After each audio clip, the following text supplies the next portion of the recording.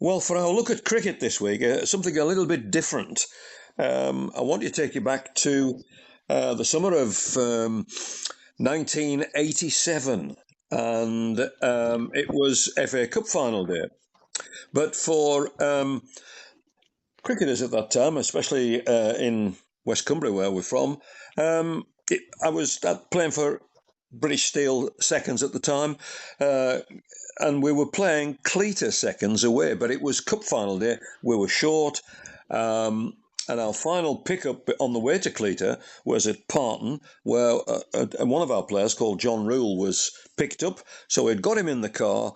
The other car had gone ahead. We were the second car, as it were, and we were going up the hill out of Parton. And I was in the front seat with, I think it was Mark Thompson who was driving. And as we were going up there was this couple walking down with shopping bags. And I happened to say to Mark, just stop here. He looks as if he can play cricket. So we stopped the car, I wound the window down and spoke to the chap who was with his wife, apparently, and walking down with the shopping bag. I said, what are you doing this afternoon? I think he said something like, I'll be watching the cup final. And I said, well, it's only Coventry. They're only playing Tottenham. It'll be a walkover. And we're going to Cleator to play cricket, and we're sure. Do you fancy a game of cricket? You look as if you can play cricket. Well, he looked at his wife, and the end product was that he came and played for us, and we had 11 players at Cleator, and we got the game done nicely. Now, that was in, as I said, 1987, and I never saw that man again until last Sunday, whatever the distance, 39 years later, when I was in Wellington Farm, just about to order our Sunday dinner with my wife, and the chap came in and he saw me, said, "Hi, John," and I looked at, didn't quite recognise him, and he said, "I remember when you picked me up on the way to Cleator to play cricket, and this was a chap who I hadn't seen for 39 years who helped me out." His name's Paul Lockwood, and after that reunion, as it were, I had to have him on and talk cricket. Paul, thanks for joining me. It was great to see you on Sunday. Have you any memories of that particular day in 1987? Oh, yes, I remember that vividly, yeah. It was really good. I was coming down from the shopping at Parton there, Brewery Brow, and we lived on the house at Sea Haven, which we built a few years ago. And you asked us to do, and you were so enthusiastic and keen, I couldn't really turn you back because you seem to have that persuasive manner to make people do things. So I went onto the house and I checked whether I got some whites in the cupboard, and I had, and they fitted and everything. So I put all my old whites on, because I used to play when I first came up in the 1970s into Workington to teach. I played for them for a while, but then later on we were building a house at Parton, Sea Haven, and then we went. I got involved with setting up Moresby Scouts for 30 years, and also did the Whitehaven Swimming Club when we joined with Egremont to form Copeland Swimming Club. So I did a lot with that. So I didn't play much cricket. So it was really nice to have the chance to go to Cleator, and you promised a lovely tea as well. This was the selling point. You should have been a salesman, I think. Yeah. What did your wife think? Well, I think she said, "Oh, go ahead and try," because she hadn't played for a long time. And as I say, I used to play a lot of cricket in Yorkshire. Yeah, right. In Huddersfield. Any memories? Can you recall how the game went at Cleator? Yes, I think the Steelworks won. Yeah, it was. It was a nice day, lovely day, and nice I got you at innings, did you? I'm sure I put. Yes, that's right. Well, later on, we played at St Bees. You organised a match at St Bees, and we played quite a bit of batting and bowling there. So that was much more. Yeah, there's much more to do on that match. Yeah. Yeah, was that involving the late Walter Thompson, the Whitehaven News Yes, editor? Walter Thompson. Yes, I used to take his children. And in fact, I taught his children in St James's at Whitehaven, and we actually took one of them down to Edgbaston. We got the team through to the quick cricket competition, and we won that, and we played at Edgbaston. and that was a tremendous day. Yeah, Right. and No, that was his grandson who played in that match. Yeah. brilliant. Now then, back to yourself. From Huddersfield, that would be, football and cricket would be part of your Oh yeah, childhood then, really, I suppose. it was at the school I went to. The headmaster who played for Watford, and he was dead keen on cricket. We were pushing for the 11 plus, so we're academic, but we had a lot of sport. And once me and Trevor Cherry, who played for Oh, Leeds Huddersfield Town, United. Leeds United, and England, Yeah. we he was my captain at football, and we won the Huddersfield League when we played on Saturday mornings, and there was like hundreds watching. It was really competitive league. This is at And school. This is at school. yes, at school, yes, primary Yeah. school. And then I was the cricket captain, and Trevor Cherry was my vice captain. And we played. We remember getting the wickets on the tarmac and getting a metal dustbin and lift it with a big handle for the wicket, Yeah. and then we had to Yeah. mark out the team. And Yeah. we were given that much responsibility that we had to do the linseed oil of the bats. The headmaster, Oh, it yes. was Yeah. really Yeah. good. And then Yeah. we played our matches at the proper cricket ground, Primrose Hill. But we had a very good team. But that was hardball competition even at those days, But So and then late. did you join the Huddersfield club when you were old enough? Yes, I played for. We had three very competitive leagues: the district league and the association league, and I played in the association league because my dad played for them. And we met a lot of very interesting people. They had a lot of. There was a lovely West Indian team who were working in Huddersfield at the time, and they were lovely people, and Yeah. they're really good cricketers, absolutely everything. And we used to go and watch with Yorkshire. We went to watch with Yorkshire as well at Scarborough and see all the West Indian players. So a lot of them were my heroes in a way. And Yeah. I can Yeah. remember actually my dad bought me a Garfield Sobers bat, Yeah. so we had Yeah. one of those things. And another thing, when we went to grammar school, we played cricket a lot as well. But once they took us to 10 coaches from the grammar school at Huddersfield to Bradford Park Avenue to watch Yorkshire and the Australians. And they were playing, Freddie Truman was playing, and Ray Illingworth, Brian Close, and all these. Yeah. And Yeah. they sent us for the day. Imagine that, Yeah. Fantastic. And sorry, carry on. Yeah, it's fantastic. Some great cricketers from that era, Paul. Oh yes, yes, that's right. Well, we watched Freddie Truman, and also one of the players who we got into Salcombe and help us was Ken Taylor, who was an Oh, yes. all-rounder, Yeah. and he's still alive, I believe. And Yeah. he played 300 matches for Huddersfield Town, Yeah. 300, and also 300 first-class matches for Yorkshire. Yeah. Um, Yeah. and Remember him. he was really good, and he played against. That's right, he played for Yorkshire opener, and he got a young Jeffrey Boycott in his first match, Right. and Jeffrey Boycott actually ran him out Ha. the first match, and they went on to bat, and Boycott came in the next day, and I think he was 165 not out, and Ken Taylor was run out for 27. So Did you ever meet Boycott? yes, we did, just occasionally. Yeah, he was really good, and as I say, there was Ray Illingworth and Brian Close and all them. Yeah, Yeah. we knew them. Yeah, But it was a side in them great days, era. Yeah, Yorkshire, weren't they? Great team, yes, they Yorkshire. were. But also Taylor, that's right.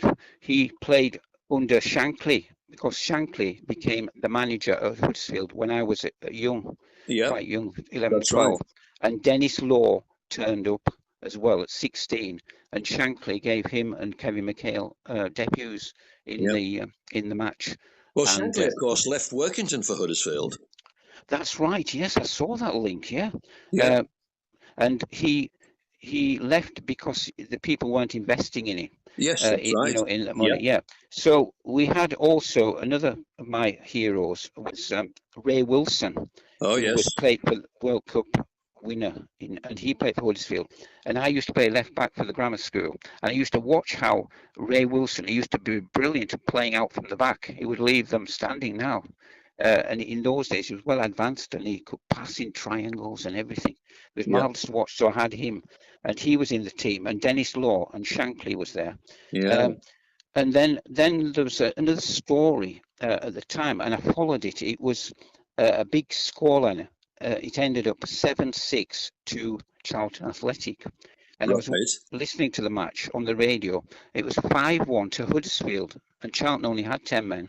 Oh, And Les Massey oh, scored the opening oh, goal, oh, who used to play for Workington. oh, my hero at Workington. Yeah, And great Ken player. Taylor scored as well. But Dennis Law was injured, but Bill Shankly was the manager. And the match ended up with 27 minutes to go, and Charlton had 10 men, with 7-6 to Charlton Athletic. Amazing. And evidently on the way back, Shankly refused to talk to anybody, and he was pacing up and down on the train, and he was moaning. You can just imagine that, can't you? Really? And he was telling the reserves that they weren't it was their fault because they weren't good enough to get in the team in the first place. Yeah. There was all sorts, but it was amazing time because Shankly, when he was in Huddersfield, he had when the estate he lived in, he had all the people joining in with football and everything else and playing in, and it was amazing. It just was an amazing time. And we also had Balderstone, who was Chris Balderstone. He was an all-rounder, and he became football and cricket, very, very good. Yeah. So we had these, role models all the time. Yeah. Yeah. So it was a very interesting time. So what about your education? You went to be a teacher. Where did you go to I came to Cumbria because they were wanting, in those days, they were crying out for young teachers, and there were about 200, I think, came that time, really massive. And so there was that many that we formed an actual Cumbria teachers football team. And a lot of young people were coming up, and they did a lot for the sport. They give the time voluntary, and there was tremendous activity. And we set up in Whitehaven a Copeland sort of league, hardball cricket league with 16 teams in, going down to Seascale, Gosforth, Egremont, Cleator and Whitehaven. So that ran for quite a while, which we set up together. There was a Cumbria teachers team in the Workington Sunday League as well? Yes, we played in. Yeah, that's not what we played in. That's we set up with Dave Henderson, Malcolm Sloan, Kenny White was in it. And I know a lot of them there. Played against them. Yes, that's right. Dave Oxbury, was Dave Oxbury there? Yes, I think so. Yeah. And Dave McVennon it was. Dave McVennon, of course. Yeah. Yeah. So a lot of Jeff Steele as well. And there were lots of very good players. Yeah. And while we were sort of growing up in Yorkshire, I remember we played against. I played against in the Grammar School League Frank Worthington as well. He was playing for Sorby Bridge Grammar School, and so it was very, very competitive. And so it was tremendous.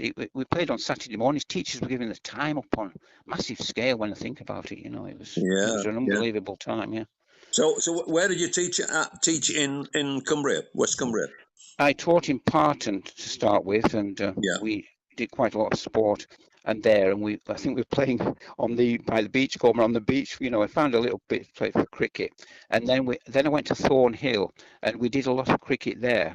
Yeah. And I think a lot of the lads carried on, and they played for Calder Bridge Cricket Club. Oh yes, yeah. That was a nice. I don't think that's going up. Nice. Yeah, that's where it had a telegraph pole in the pitch, I think. But I don't know whether they have that now. But they played, and so there's a lot of. But it was amazing time. I say I was so lucky being brought up in Yorkshire in that time, and then when we came to Cumbria, I think a lot of people came from all the different areas, and we had a lot of links with the local people like Dave Morn and Wilson Heron and all. They were keen on the football and district teams and so on. Yeah, Wilson Heron. He went to school with Wilson. Yes. At Cockermouth Grammar School. I think he was from Clifton originally. Yes. And then I forget where he was headmaster now. He was headmaster. That's right. I think he went to Ewanrig, I think. And it was at Clifton. Yeah, that's right. They formed, when I first came up, they formed a district Workington team, football team, and that was against other teams in Cumbria, which I don't think they have now, but there's a lot of things going on, Yeah. So then, from where did you move to? Then I went to St James's School in Whitehaven. I was there deputy head for quite a long time, 20-some years. And while we were there, we actually got to the national final at Edgbaston. Even although we only had a postage stamp tarmac pit to practice on, the kids that year practiced in all weathers and everything. So we kept going. And we won the Cumbria final. Now, it was very rare for any teams from Cumbria to get to Edgbaston, because we had to play the North region, which was Newcastle on Tyne and all that area. And often the Cumbrian teams lost. But on this occasion, there was this team came over from City of Newcastle. They looked very professional and everything, but we managed to beat them on the Monday. It's late in July, Monday. And on the Friday, we had to then get organised to go to Edgbaston. So it was quite sort of... quite a shock really for us at the time. Who was? Can you remember any names of the pupils then who for that team? Yes, there was the twins, Alex Twin. Oh yes, I remember them. Yeah. They played for Keswick, I think, didn't they? Yeah, they did. Yeah, I remember those. And we had the two Walker twins as well, David and Michael Walker. Right. Yes, there was quite a few. That's right. The Sid Loudon's lad as well. Yeah. Jonathan. Yeah, that's right. Yeah. Yeah, he played. And what did you stay at St James till you finished, or did you work? Yes. I then retired, and then I did supply work at. I did some for John Pugh at Maryport, so we did quite a lot of sport there. Yeah, because Malcolm Sloan was excellent at. He was very, very good at sports and so on. Yeah. What about cricket in your senior? After you had played for us at Cleator, did you play for a team anywhere? No, I haven't played for a team. No. And so we almost got you going again to play. We almost got us going, yeah, because I was really up on the cricket. But as I say, I set up Moresby Scouts, and we ran that for 30 years. And so we did a lot with that, and then also involved with the swimming club. So that took up a lot of time, So actually, I didn't get into cricket again, really. Yeah. Apart from enthusiasm, the children, and coaching them and so on, and the girls and boys were very, very keen, on the playing as well. Do you watch much cricket? Yes, quite a bit. Yeah. Locally, do you watch any of the locals? The Cumbria League, Whitehaven, or I haven't watched too much. No, I haven't. No. It's probably the best in some ways. Although people will say the standard has dropped, and the difference is that from the day when you and me were playing there, the difference is that where a team had 5 or 6 good players, they're still as good, but there are only 2 or 3 good players, if you know what I mean. And that's the difference. Everybody seems to think that's the difference. But the league, this particular year, the Premier Division, this season, is as tight as it's been in all the time. Oh, that's right, because Whitehaven have been winning, haven't they, against Cleator? Whitehaven's a remarkable season. Won the first 4, lost the next 5. Then in the next 3 weeks, they beat 3 of the top teams. That's right. Yeah, I saw that. Yeah, and then lost away again last week. So and then I said about Cockermouth, because I used to know Alex Granger. He was very good. He's still playing. He's still playing. He's still opening for Cockermouth. That's right. I can remember playing, with his name at cricket at Seaton for a while, just when I was on supply and that. And also I knew Gareth White. Now he's had an injury, hasn't he? Because I used to play Kenny White all the time. Yeah, Kenny White was a big pal of mine, and Gareth has actually announced that that's it. He was going to retire at the end of the season. Oh dear! But that injury, a ruptured calf, it nearly cost him his holiday because he was due. It happened on Sunday in the Hickson Cup final, which has to be replayed. I think it's going to be on August 31st. Hasn't been confirmed yet. August 31st. Venue probably Workington again. But Gareth, it was the last ball before they came off with for the rain. He went and it was on its way for 4, but he started to run as you do just to make sure, and he heard it pop, his calf muscle pop. My goodness. Anyways, he should have gone. Well, he was planning to go to Crete the following day with his wife and daughter. And when I spoke to him on Sunday night, he didn't think he would make it. But I texted him during the week, and he's there. He's got to. That's good. Yeah. But he's having to to be carted around in a wheelchair. So not the holiday he planned, but at least he's there, you know. Yeah, But that yeah. was not a good way to finish your career, is it? You know. No, it isn't. No, no. Because I used to, Kenny, and I always used to see us, and he rubbed his hands and said, "Oh, he's boycott," because I was from Yorkshire. All right. So Yeah, yeah. he used to I can joke us imagine like him that. saying it as well. Yeah, Oh, he's yeah, pulling our leg, yeah. yeah, definitely. Yeah. But he Uh, wasn't good. So Yeah, Cockermouth lead the way, Paul. Then there's yeah. the Keswicks involved, Furness are involved. Workington have moved into third now, and they're looking putting in a late run. And Millham, although they lost at the weekend, they're very much having their best season for a while, and Yes, still yeah. probably can do it.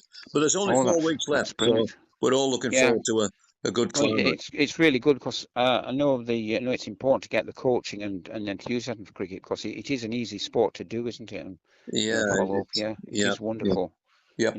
Giving me a Paul, lot of it's been memories. wonderful talking to you. Oh, and you, yeah. Yeah, it was. I can't tell you how I much. didn't realize that. I didn't realize it was so long. Yeah, well, it is when you work it out, isn't it?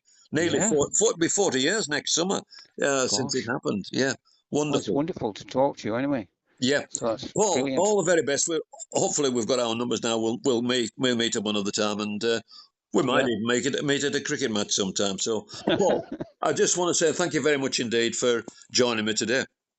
Oh, it's a pleasure. Yeah. Thank you very much indeed.